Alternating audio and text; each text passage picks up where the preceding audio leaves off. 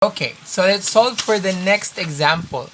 So you were given 4x minus t minus 7 dx. So for number 2, you have 4x minus t minus 7 dx minus 5x minus 2t minus 8 dt is equal to 0. When t is 1, x is equal to negative 2. So this is 4x minus t minus 7 dx minus quantity 5x minus 2t minus 8 dt is equal to 0. When t is 1, x is negative 2. So this is number 7, page 36 of our reference book. So let us try to solve. So again, we will follow the steps. Ano ulit ang first step? Replace x with h and y with k. So this time, ang ating nire-refer kay y here is letter T. So, replace x with h. So, this is 4h minus k minus 7, then equate to 0. And then, for the second term, that's 5x, that's 5h, minus 2t, so that is minus 2k, minus 8 is equal to 0. So, that's our first step. So, ang susunod nating step ay to solve for the values of h and k. So, I can multiply this by negative 2 again. So, doing so gives negative 8h plus 2k plus 14 is equal to 0 by multiplying it all by negative 2. Then, dun sa baba, walang gagawin. So, that's copy lang. Adding the two equation, this 2k cancels out, gives you negative 3h plus 6 is equal to 0. 14 minus 8 is 6. Then the value of h is 2. By transposing that negative 3h, that's 3h is equal to 6. Then h is equal to 2. Solving for k, so from 4h minus k minus 7 is equal to 0. Then k is 4h minus 7. By transposing that negative k on the right side of the equation, giving you k is equal to 4h minus 7. Substituting 2, that's 4 times 2 is 8 minus 7, gives you k is equal to 1. Having that solved, ano nga ulit ang gagamitin natin? Substitution. Na-solve na natin yung value ng h and k, then use substitution, x is equal to u plus h, y is equal to v plus k. So, x is equal to u plus h, then t is v plus k. So, the value of h is equal to 2, then x is equal to u plus 2. The value of k is 1, so that's v plus 1. Then dx is equal to du, dt is equal to dv. Substituting to our given, we have 4x minus t. So that's 4 times u plus 2. So, 4x. So, 4 times u plus 2. So, wait lang. Let us try to look at the given. So, this is 4x minus t. So, that's 4 times u plus 2. Minus t is v plus 1. So, minus the quantity v plus 1. Minus 7.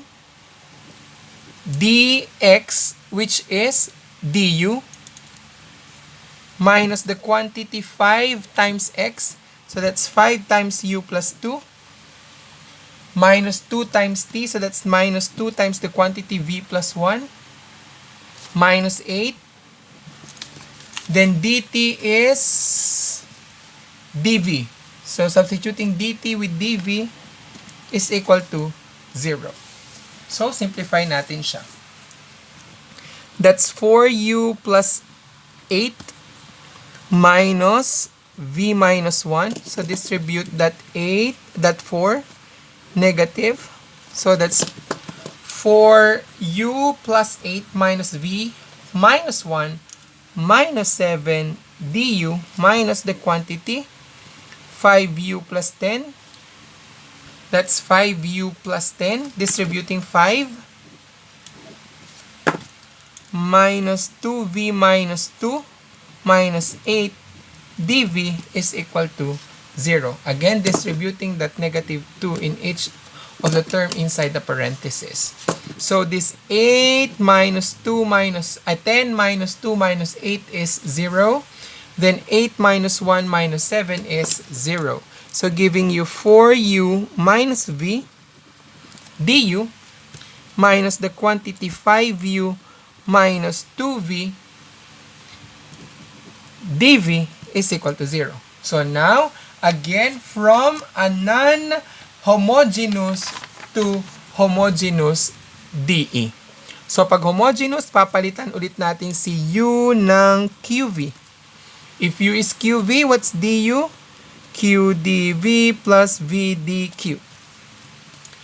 So, substituting u with QV, that's 4QV minus V multiplied by du is QdV plus VdQ minus the quantity 5QV minus 2V multiplied by dV is equal to 0. Then, distributing, you have 4Q squared V dV plus 4QV squared dQ. So, distributing this first term here in each of inside this parenthesis. So, 4Q squared V dV plus 4QV squared dQ. Then, this negative V naman in each, that's negative QV dV minus V squared dQ minus 5 QV dV plus 2V dV is equal to 0. So, distributing this negative in each. So, that's negative 5QV plus 2V dV. So, combining like terms gives this QV and this one. And then, what else? Wala na. Yun lang ang pwede natin pagsamahin. So, that's 4Q squared V dV plus 4QV squared dQ. This negative QV minus 5QV is negative 6QV dV minus V squared dQ plus 2V dV is equal to 0. Then, combine all with dV and combine all with dQ. So, lahat ng may dQ ay itong dalawa. So, the remaining ay lahat may dV. So, lahat ng may dV, ito, at ito. So, look at the common factor. So, itong una, merong 6QV dV, 2V dV, and 4Q squared V dV. All of which merong 2V dV. So, lahat merong 2V dV. So, this gives you 2Q squared minus 3Q. Kasi finactor out natin yon. So, 3Q plus 1. So, you have plus 1 dV. So, you have 2V, 2Q squared minus 3Q plus 1 dV. Then, lahat naman ng may dQ, ang factor out, if a factor natin ay V squared, that gives you 4Q minus 1 dQ is equal to 0. So, it is now ready para sa separable equations. So, anong gagawin natin para ma-separate natin ang variable? So, let me just rewrite para mas malinaw. Q squared minus 3Q plus 1 dV plus V squared 4Q minus 1 dQ is equal to 0.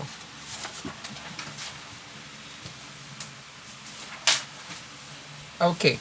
So, saan natin siya i-divide? I-divide natin to with lahat ng hindi kasali ay yung 2Q squared minus 3Q plus 1.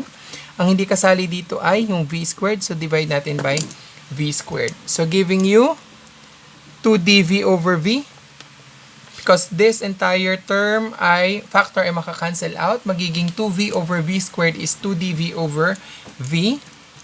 Plus 4Q minus 1 over 2Q minus 1 Q minus 1. So that will be the factors of this term. And V squared cancels out. dQ is equal to 0. So now it's ready for integration.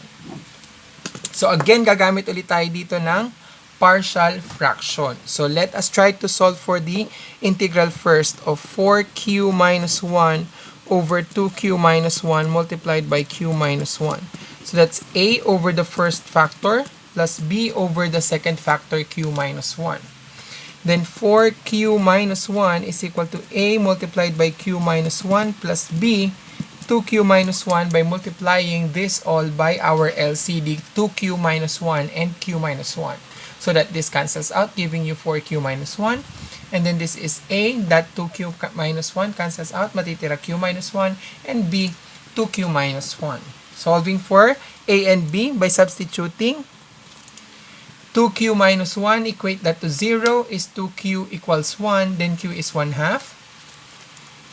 Substituting 4 times 1 half is 2 minus 1 is 1 equals, again, 4 times 1 half is 2 minus 1 is 1. This 2 times 1 half is 1 minus 1 is 0. B cancels out. Then you can solve for the value of A. So A times the quantity 1 half minus 1 is negative 1 half. Then the value of A is negative 2. So you just have to cross multiply. And then solving for the value of B, equating this q minus 1 to 0 gives you q is equal to 1. Then substitute 4 times 1 is 3.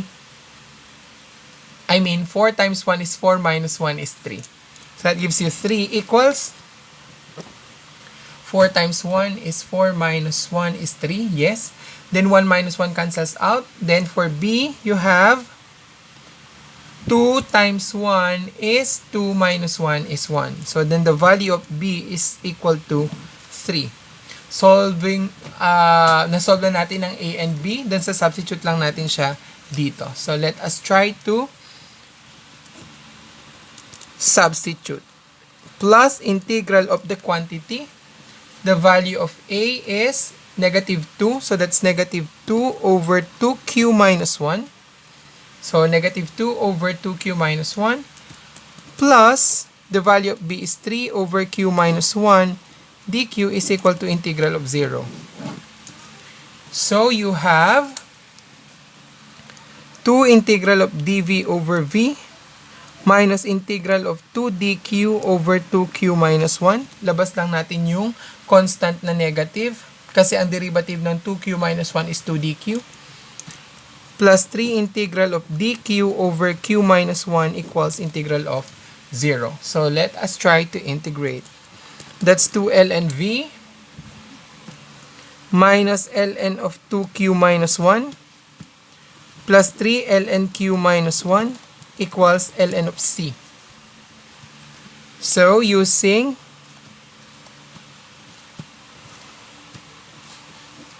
gagamitin na natin yung ating properties ng logarithm, ln v squared minus ln of 2q minus 1 plus ln of q minus 1 cube is equal to ln of c. So we can transpose this or just combine. Alam natin na ang pagka-add, pinagta-times natin. So q minus 1 cube. At kapag naka-minus, ilalagay lang natin siya sa ilalim. So, ang naka-add ito, then multiply v squared by q minus 1 cube. Since naka-minus, i-divide natin siya. Equals ln of c. Then using anti-ln, raising it with a. So, gives you v squared q minus 1 cube over 2q minus 1 equals c. Cross multiplying gives v squared q minus 1 cube equals c 2q minus 1. So, let us try to rewrite. Write ulit natin. So, meron tayong v squared q minus 1 cube is equal to c 2q minus 1. But, from our substitution, u is equal to q times v. Then, if u is qv, then q here is equal to u over v. So, substituting q as u over v. So, v squared u over v minus 1 cube. Sinubstitute na natin yung q minus 1. as u over v minus 1 to the third equals c times the quantity 2u over v. That's 2 times q, u over v minus 1. That is v squared u minus v over v cubed equals c times 2u minus v over v. Using LCD po iyon.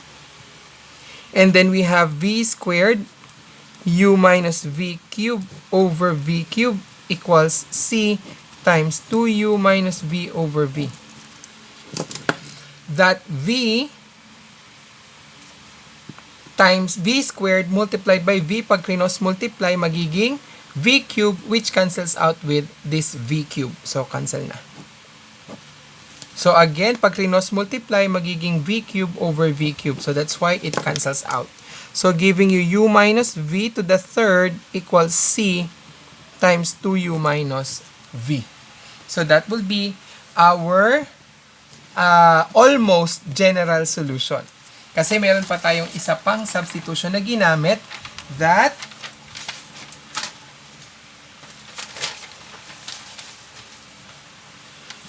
x is equal to u plus 2. So, ginamitan natin siya ng x is equal to u plus 2. So, again, ginamit natin x is equal to u plus 2 and t is equal to v plus 1. T is equal to v plus 1. So, from that substitution, the value of u is x minus 2. The value of v is t minus 1. So, let us substitute this u there.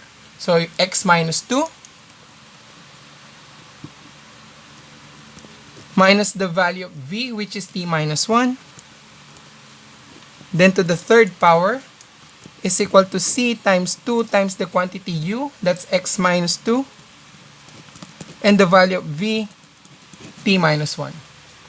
Then that gives you x minus 2 minus t plus 1 cubed, distributing that negative, equals c times 2x minus 4, distributing that 2x minus 4, and distributing that negative, that's minus t plus 1. So giving you x minus t minus 1 to the third, because negative 2 plus 1 is minus 1, equals c times 2x minus t minus 3. 2x minus t minus 4 plus 1 is minus 3. So this will be our general solution. So that will be our general solution. But then again, there is an initial condition that when x is negative 2, t is 1. Substitute natin, x is negative 2, t is 1. Substituting, x is negative 2, the value of t is 1. So, minus 1 cubed is equal to c times 2 times the value of x is negative 2. The value of t is 1 minus 3. So, this is negative 2 minus 1 is negative 3 minus 1 is negative 4 to the third power is negative 64 equals c times negative 2 times negative 2 times negative 2 is negative 4 minus 1, negative 5 minus 3, negative 8. Then the value of c is 8. Therefore, our answer x minus t minus 1 cubed is equal to 8 times the quantity 2x minus t minus 3. So, that will be our particular solution. So, let us try to find the answer. So, for number 2, we have, let us try to compare. X minus t minus 1 cube is equal to 8 2x minus t minus 3. So, letter A ang ating sagot. So, that is solution sa first order kapag ka merong coefficient linear equations. So, again, to wrap these things up, at pagka nakita mo na ganito, ang ating coefficient na linear in two variables, replace muna ang x with h and y with k, then solve for h and k, Then, gagamitin natin tong substitution na to kapag na-solve na natin. Then, magiging homogeneous. Tapos, pagkatapos ng homogeneous, yung process ng homogeneous, magiging variable separable. And then, that's it. So, that will be the coefficient linear equations.